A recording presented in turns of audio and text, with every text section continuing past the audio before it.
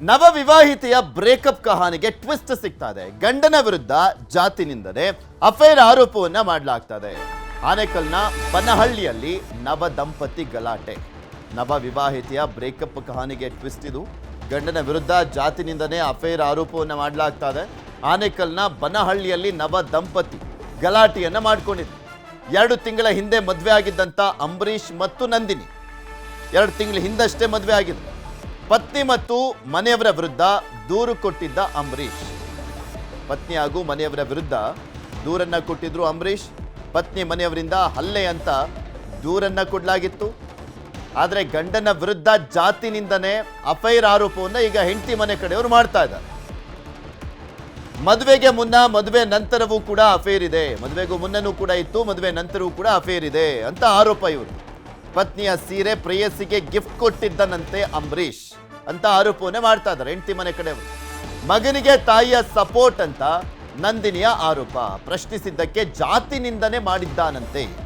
ಪ್ರಶ್ನೆ ಮಾಡಿದ್ದಕ್ಕೆ ಜಾತಿ ನಿಂದನೆ ಆರೋಪ. ಪತಿ ಮತ್ತು ಅತ್ತೆಯಿಂದ ಜಾತಿ ನಿಂದನೆ, ಕಿರುಕುಳದ ಆರೋಪವನ್ನು ಮಾಡಲಾಗಿದೆ. ಆರೋಪ ಪ್ರತ್ಯಾರೋಪ, ದೂರು ಪ್ರತಿ ದೂರು. ಮದುವೆಯಾಗಿ 2 ತಿಂಗಳಾಗಿತ್ತು. ಈಗ ಕಿರಿಕು ಈ ಜೋಡಿ ಮಧ್ಯೆ ಒಬ್ರಿಗೊಬ್ರು ಕಂಪ್ಲೇಂಟ್ ಅನ್ನ ಕೊಡ್ಕೊಂಡಿದ್ದಾರೆ. ಒಂದ್ ಕಡೆ ಪತ್ನಿ ಮನೆ ಕಡೆಯವರು ಅಫೈರ್ ಇತ್ತು ಅವನಿಗೆ ಅಂತ.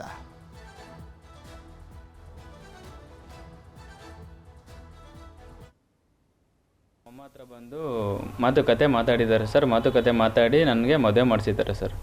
ಮದುವೆ ಆಗಿ ಒಂದು 9 ದಿವಸಕ್ಕೆ ನನ್ನನ್ನು ಬಿಟ್ಟು ಆ ಹುಡುಗಿ ಹೋಗಿದೆ ಸರ್. ಏನಂತಂದರೆ ಆ ಹುಡುಗಿ ಅವ್ರ ಮಾವ ಆ ಹುಡುಗಿಗೆ ಮೆಸೇಜ್ ಮಾಡಿರೋದು, ಅದೇನಿದೆಯೋ ಕ್ಲಿಯರ್ ಮಾಡ್ಕೊ, ನಿನ್ನ ಗಂಡನ ಜೊತೆ ಮದುವೆ ಆಗಿದೆಯಲ್ಲ, ಅದೇನೈತೆ ಕ್ಲಿಯರ್ ಮಾಡ್ಕೊ, ಸೆಟ್ಲ್ಮೆಂಟ್ ಮಾಡ್ಕೊ, ನಾನು ನಿನ್ನ ನೋಡ್ಕೊಳ್ತೀನಿ ಅಂತ ಒಂದು ಮೆಸೇಜ್ ಬಂದಿತ್ತು ಸರ್.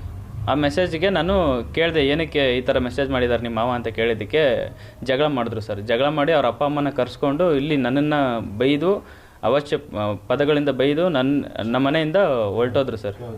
ನನ್ನ ಉಸ್ಕೂರು ಫ್ರೂಟ್ ಮಾರ್ಕೆಟ್ ಹತ್ರ, ಅಂದರೆ ವೀರಸಂದ್ರ ಇಂದ ನನ್ನನ್ನು ಉಸ್ಕೂರು ಫ್ರೂಟ್ ಮಾರ್ಕೆಟ್ವರೆಗೂ ಕಿಡ್ನ್ಯಾಪ್ ಮಾಡಿ ಕರ್ಕೊಂಡೋಗಿ ಅಲ್ಲಿ ಹೆಂಗಂದ್ರೆ ಅಲ್ಲಿ ಕೂಡ ನನ್ನನ್ನು ಹೊಡೆದು, ನನ್ನ ಹತ್ರ ಇದ್ದ ಮೊಬೈಲು ಮತ್ತು chain, gold chain, ring, cash ಒಂದು 15,000 ಇತ್ತು ಸರ್. ಆವಾಗ ತಾನೇ ಪೇಮೆಂಟ್ ಆಗಿತ್ತು. 15,000 ಕ್ಯಾಶ್ ಇತ್ತು. ಇದೆಲ್ಲ ಕಿತ್ಕೊಂಡು ಅಲ್ಲಿ ಹೊಡೆದು ನನ್ನ ಕಾಲು ತಿರುವಿ ಮುರಿದು ಮತ್ತೆ ಆಟೋದಲ್ಲಿ ಕುಳಿಸ್ಕೊಂಡು ಕರ್ಕೊಂಡು ಮತ್ತೆ ಹಳೆ ಚಂದಾಪುರಕ್ಕೆ ಕರ್ಕೊಂಬಂದರು ಸರ್. ಹಳೆ ಚಂದಾಪುರದಲ್ಲಿ ನನ್ನನ್ನು ಕುಳಿಸಿ ಅಲ್ಲಿ ಬೆಳಗ್ಗೆ 10:30 ನನ್ನನ್ನು 4 ಗಂಟೆವರೆಗೂ ಫೋರ್ಸ್ ಮಾಡಿದ್ದಾರೆ ಸರ್. ಸಿಗ್ನೇಚರ್ ಮಾಡು, 4 ಲಕ್ಷ ಕೊಡ್ತೀನಿ ಅಂತ ಒಪ್ಕೊ, ನಾನು ನಿಮ್ಮನ್ನ ಬಿಡ್ತೀನಿ ನಿನ್ನ ಪಾಡಿಗೆ ಅಂತ ಹೇಳಿದ್ದಾರೆ ಸರ್. ನಾನು ಊರಿಗೆ ಹೋದ ದಿನ ಮಾರನೇ ದಿನನೇ ನನ್ನ ಮಗನ ಕಿಡ್ನಾಪ್ ಮಾಡಿದ್ದಾರೆ ಸರ್. ನಮ್ಮ ಮನೆಗೆ ಯಾರೂ ಇಲ್ಲ ಸರ್. ಅವ್ರ ಫ್ರೆಂಡ್ ನೋಡಿಬಿಟ್ಟು ನನಗೆ ಫೋನ್ ಮಾಡಿದ್ದಾರೆ ಸರ್. ಅಮ್ಮ ಈ ಥರ ಅಂಬರೀಷನ್ಗೆ ಈ ಥರ ಹೊಡೆದಿದ್ದಾರೆ, ಆಟೋದಲ್ಲಿ ತಗೊಂಬಂದು ಹುಡುಗಿ ಕಡೆಯವರಂತೆ, ಏನು ವಿಷಯ ಅಂತ ನನಗೆ ಗೊತ್ತಿಲ್ಲ ಅಮ್ಮ ಅಂತ ಹುಡುಗ ಫೋನ್ ಮಾಡಿದೆ ಸರ್. ಹುಡುಗ ಫೋನ್ ಮಾಡಿದ ತಕ್ಷಣ ನಾನು ನನ್ನ ಮಗನಿಗೆ ಫೋನ್ ಮಾಡ್ತೀನಿ. ನನ್ನ ಮಗನ ಫೋನ್ ಇಲ್ಲ ಸರ್. ಕಿತ್ಕೊಂಡಿದ್ದಾರೆ, ಫೋನ್ ಕಿತ್ಕೊಂಡಿದ್ದಾರೆ, ದುಡ್ಡು ಕಿತ್ಕೊಂಡಿದ್ದಾರೆ, ಅವನ ಹತ್ರ ಇರೋದೊಂದು ಚೈನ್ ಕಿತ್ಕೊಂಡಿದ್ದಾರೆ. ನನ್ನ ಮಗನಿಗೆ ಈ ಥರ ತಂದಿಟ್ರಲ್ಲ, ನನ್ನ ಮಗನಿಗೆ ಕಲಸ್ ಮಾಡ್ತೀನಿ ಅಂತಾರಲ್ಲ, ಮಾತು ಎತ್ತಿದ್ರೆ ಅಂತಾರೆ ಸರ್ ಅವರು, ನಿನ್ನ ಮಗನ ಕೊಲ್ತೀವಿ, ನಿನ್ನ ಮಗನ ಇಡಲ್ಲ ಅಂತ ರೆಕಾರ್ಡ್ಸ್ ಎಲ್ಲ ಇದಾವೆ ಸರ್. ಅವ್ರ ಅಪ್ಪ ಅಂದಿದ್ದು, ಅವ್ರ ಅಣ್ಣವ್ರಂದಿದ್ದು ಎಲ್ಲ ರೆಕಾರ್ಡ್ಸ್ ಇದಾವೆ ಸರ್ ನಮ್ಮ ಹತ್ರ. ಆ ಥರ ಹಿಂಸೆ ಕೊಡ್ತಾರೆ ಸರ್. ನಾವು ಹೆಂಗೆ ಮಾಡಬೇಕು ಅಂತ ನಮಗೆ ಏನು ದಾರಿ ತೋರಿಸ್ತೀರಾ? ಅವ್ರು ನೋಡಿದ್ರೆ ಬೇರೆ ಥರ ಈಗ ದುಡ್ಡುಗೋಸ್ಕರ ನನ್ನ ಮಗನಿಗೆ ಏನೇನೋ ಆಪದ್ನೆ ಹೊರಿಸ್ತಾ ಇದ್ದಾರೆ ಸರ್ ಅವರು. ಬೇರೆ ಅದು ಬಿಟ್ಟರೆ ಬೇರೆ ಏನು ಇಲ್ಲ ಸರ್. 4 ಲಕ್ಷ ಕೊಟ್ಟರೆ ನಿನಗೇನು ಮಾತಾಡ್ಸಲ್ಲ. 4 ಲಕ್ಷ ಕೊಡು. ಮದುವೆಯಾಗಿ 9 ದಿನಕ್ಕೆ 4 ಲಕ್ಷ ಯಾರು ಕೊಡ್ಬೇಕು ಸರ್? ಮದುವೆ ಆಗಿ 1 ತಿಂಗಳಿಗೇನೆ ಯಾವಾಗೂ ಜಗಳ ಮಾಡ್ತಿದ್ರು ನನ್ನ ಮೇಲೆ. ಸುಮ್ಮನೆ ಏನು ರೀಸನ್ಸೇ ಇರ್ತಿರಲಿಲ್ಲ, ಸುಮ್ಮನೆ ಜಗಳ ಮಾಡ್ತಿದ್ರು ನಮ್ಮ ಮನೆಯಲ್ಲಿ. ಅದೇ ಟೈಮಲ್ಲಿ ನಮ್ಮ ತಂದೆ ತಾಯಿಗೆಲ್ಲ ಹೇಳ್ತಿದ್ದೆ, ಮದುವೆ ಆಗಿ ಸ್ಟಾರ್ಟಿಂಗ್ ಎಲ್ಲ ಹೀಗೆ ಇರುತ್ತೆ, ಅಡ್ಜಸ್ಟ್ ಮಾಡ್ಕೊಂಡು ಹೋಗಮ್ಮ ಅಂತ ಹೇಳ್ತಿದ್ರು. ನಾನು ಸರಿ ಅಂತೇಳಿ ಅಡ್ಜಸ್ಟ್ ಮಾಡ್ಕೊಂಡು ಹೋಗ್ತಿದ್ದೆ.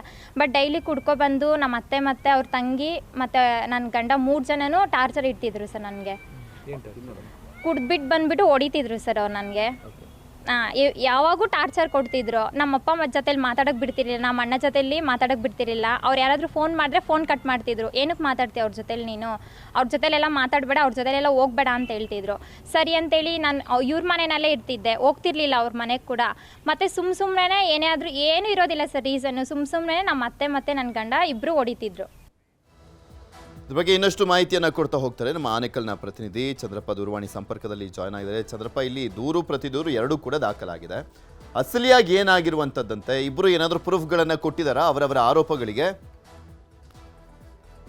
ಪೃಥ್ವಿ, ಅಂತರ್ಜಾತಿ ವಿವಾಹ ಸಂತ್ರಸ್ತರ ಒಪ್ಪಿಗೆ ಮೇರೆಗೆ ಕಳೆದ 2 ತಿಂಗಳಿಂದ ಆಗಿರುವಂತದ್ದು ನಂದಿನಿ ಮತ್ತೆ ಅಂಶ ಅಂತೇಳಿ. ಆದ್ರೆ ಮದುವೆಯಾಗಿ ಒಂದೇ ವಾರಕ್ಕೆ ಇವರ ಒಂದು ಸಂಸಾರ ಮುರಿದು ಬಿದ್ದಿದೆ ಅಂತಾನೆ ಹೇಳ್ಬೋದು. ಯಾಕೆಂತ ಹೇಳಿದ್ರೆ ಪ್ರಾರಂಭದಲ್ಲಿ ಹುಡುಗ ಹೇಳುವಂತದ್ದು, ನನಗೆ ಇವರ ಜಾತಿಯನ್ನ ಹೇಳಿದ್ರೆ ನಮ್ಗೆ ಮದುವೆ ಮಾಡ್ಕೊಟ್ಟಿದ್ರು, ಅದಾದ ಬಳಿಕ ಆಕೆ ತನ್ನ ಭಾವನ ಜೊತೆ ಹೆಚ್ಚು ಮಾತಾಡ್ತಾ ಇದ್ಲು, ಮತ್ತೆ ಮೆಸೇಜ್ ಕೂಡ ಕಳ್ಸಿದ್ರು. ಹಾಗಾಗಿ ನಮ್ಮ ನಡುವೆ ಜಗಳ ಆಯ್ತು. ಅದೇ ವಿಚಾರಕ್ಕೆ ಆಕೆ ಮನೆ ಬಿಟ್ಟು ಹೋದ್ಲು.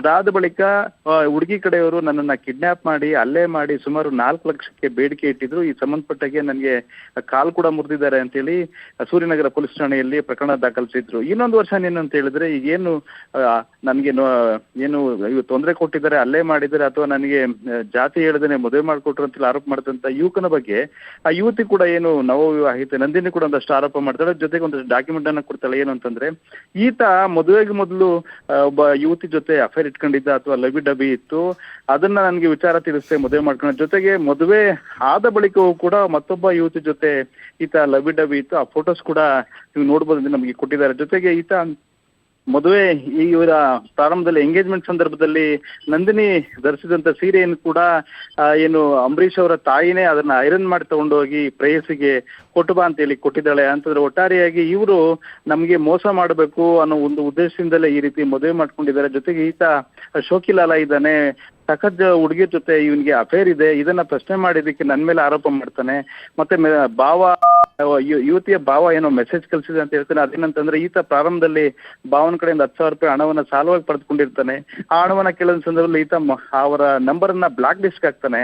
ಹಾಗಾಗಿ ಅವರು ಮೆಸೇಜ್ ಅನ್ನ ಕಳಿಸಿರ್ತಾರೆ, ನನ್ನ ಹಣ ತಗೊಳ್ಬೇಕಾದ್ರೆ ಸರಿ ಈಗ ಯಾಕೆ ನೀನ್ ಬ್ಲಾಕ್ ಲಿಸ್ಟ್ ಹಾಕಿದೀಯಾ ಗಾಂಚಲಿನ ಅಂತೇಳಿ ಮೆಸೇಜ್ ಹಾಕಿದ್ರು. ಆ ವಿಚಾರಕ್ಕೆ ಈತ ಹಣ ಕೊಡ್ಲಿಕ್ಕೆ ಆಗದೆ ಈ ರೀತಿ ಏನು ಸುಳ್ಳು ಆರೋಪ ಮಾಡ್ತಾ ಇದ್ದಾನೆ. ಜೊತೆಗೆ ನಮ್ಮ ಮೇಲೆ ಪ್ರಕರಣ ಕೂಡ ದಾಖಲು ಮಾಡಿದ್ದಾನೆ.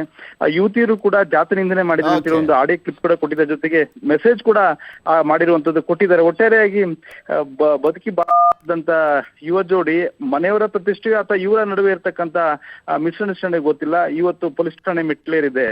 ಧನ್ಯವಾದ ಚಂದ್ರಪ್ಪ ನಿಮ್ಮೆಲ್ಲ ಮಾಹಿತಿಗಾಗಿ.